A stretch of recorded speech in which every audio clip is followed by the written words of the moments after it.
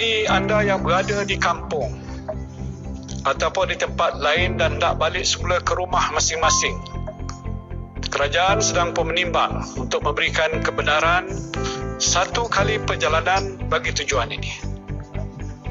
Kebenaran ini hanya diberikan pada mereka yang terperangkap di kampung atau di tempat lain sebelum kerajaan melaksanakan PKP yang pertama. Dan pergerakan ini tentunya akan melibatkan jumlah yang besar. Dan oleh itu kerajaan sedang mengumpul data dan mengkaji kaedah yang terbaik untuk mengatur pergerakan saudara-saudari semua. Seperti yang telah diumumkan oleh Yang Berhormat Menteri Kanan Pertahanan, mereka yang terlibat boleh mendaftar secara online di aplikasi yang disediakan oleh PDRM atau membuat temujanji untuk hadir ke Balai Polis bagi tujuan membuat pendaftaran. Adalah penting untuk pihak polis mengatur perjalanan saudara-saudari supaya tidak berlaku kesesakan di jalan raya atau di hentian-hentian di lebuh raya. Anda juga perlu pastikan anda sihat dan tidak mempunyai apa-apa gejala sebelum memulakan perjalanan. Butiran terperinci mengenai perkara ini akan diumumkan oleh kerajaan dalam masa yang terdekat. Ini adalah sedikit kelonggaran yang diberikan setakat hari ini. Saya ulang lagi, sedikit kelonggaran, bukan terlalu longgar. Pelaksanaan kedua-dua langkah ini juga akan dipastikan teratur dan tidak menjejaskan usaha kita memerangi COVID-19.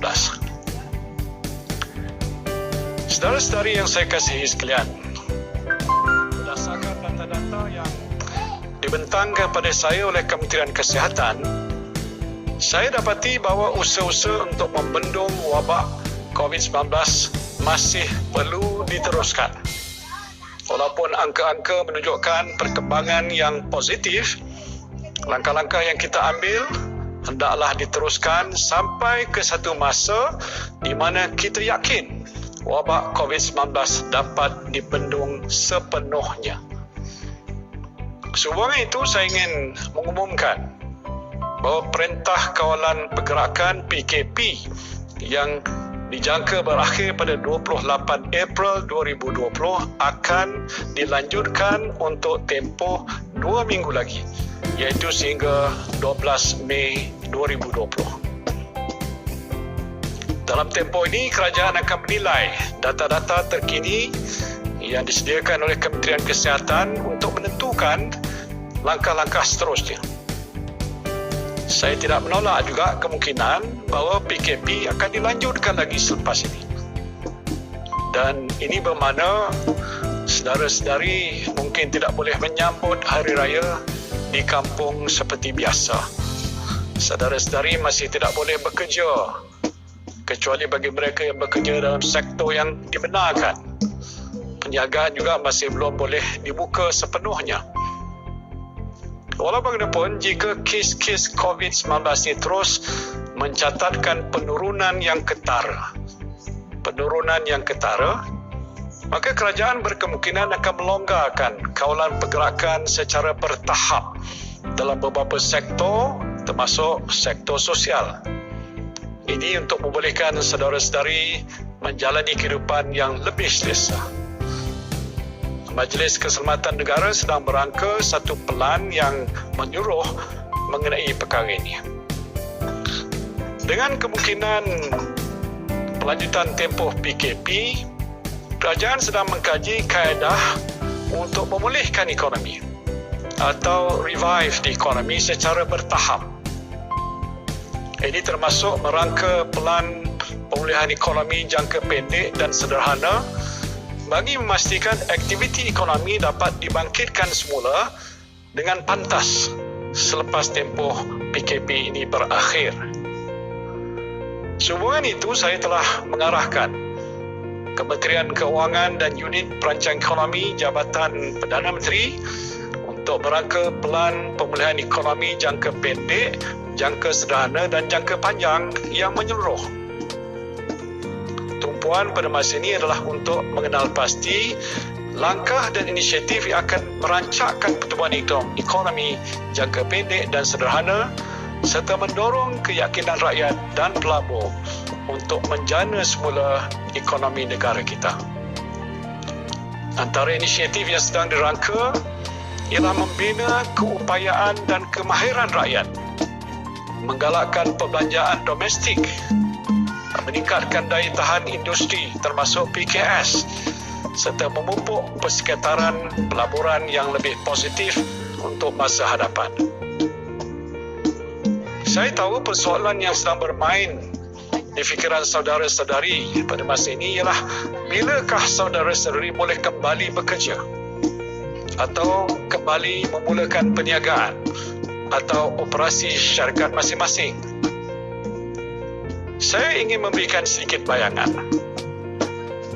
Walaupun PKP ini mungkin akan dilanjutkan lagi selepas ini, syarikat-syarikat dalam sektor-sektor tertentu akan dibenarkan beroperasi, tertakluk pada pematuhan syarat yang mementingkan keselamatan pekerja, penjarakan sosial dan kebersihan tempat bekerja.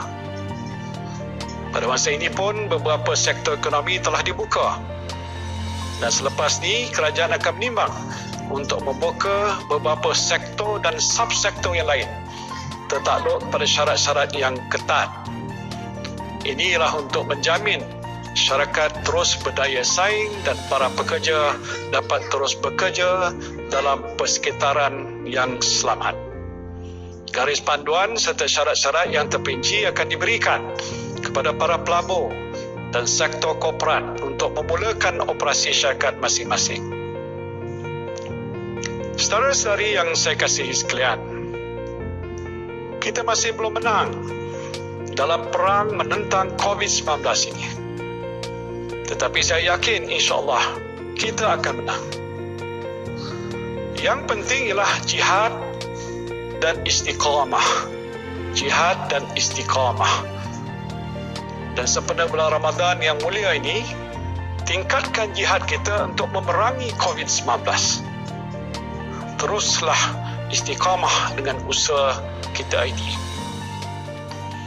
Tak mengapalah Ramadan kali ini kita tak dapat pergi ke bazar Ramadan, tak dapat makan nasi biryani, murtabak ataupun juadah kuih-kuih yang kita suka.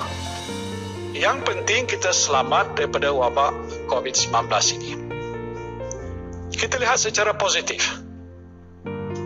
Mungkin inilah peluang yang Allah berikan pada kita untuk mengamalkan sebenar-benar ibadah puasa. Kita berbuka puasa dan bersahur sekadarnya. Makan masakan isteri kita dan tidak membazir.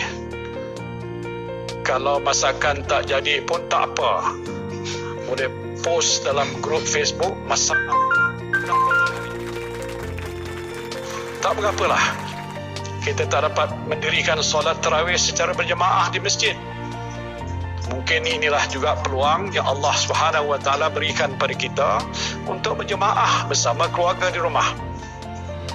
Jika tidak sekarang, bila lagi?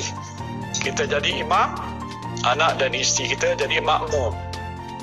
Dan insya-Allah ganjaran pahala dan barakah yang kita terima tidak kurang besarnya. Apa yang penting kita lalui jihad ini bersama-sama. Seperti bulan Ramadan, di akhirnya adalah kemenangan buat kita semua dalam melawan hawa nafsu kita. Kita berdoa kehadrat Allah SWT. Mudah-mudahan di akhir jihad kita melawan COVID-19, kita juga akan diberikan kemenangan, kesihatan dan keselamatan daripada wabak penyakit ini. Mudah-mudahan bulan Ramadan yang mulia ini akan membawa rahmat kepada kita semua. Banyakkanlah berdoa kepada Allah, mohon pertolongan daripadanya. InsyaAllah kita semua akan dilindungi daripada sebarang musibah. Amin ya Rabbal Alamin. Kepada frontliners yang akan berpuasa dalam keadaan menjalankan tugas, saya harap anda terus tabah. InsyaAllah permohonan anda semua akan diberikan ganjaran oleh Allah Subhanahu wa taala.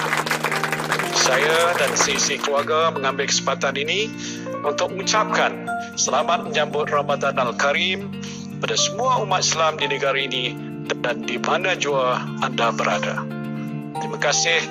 Wabillahi taufiq wal hidayah. Assalamualaikum warahmatullahi wabarakatuh.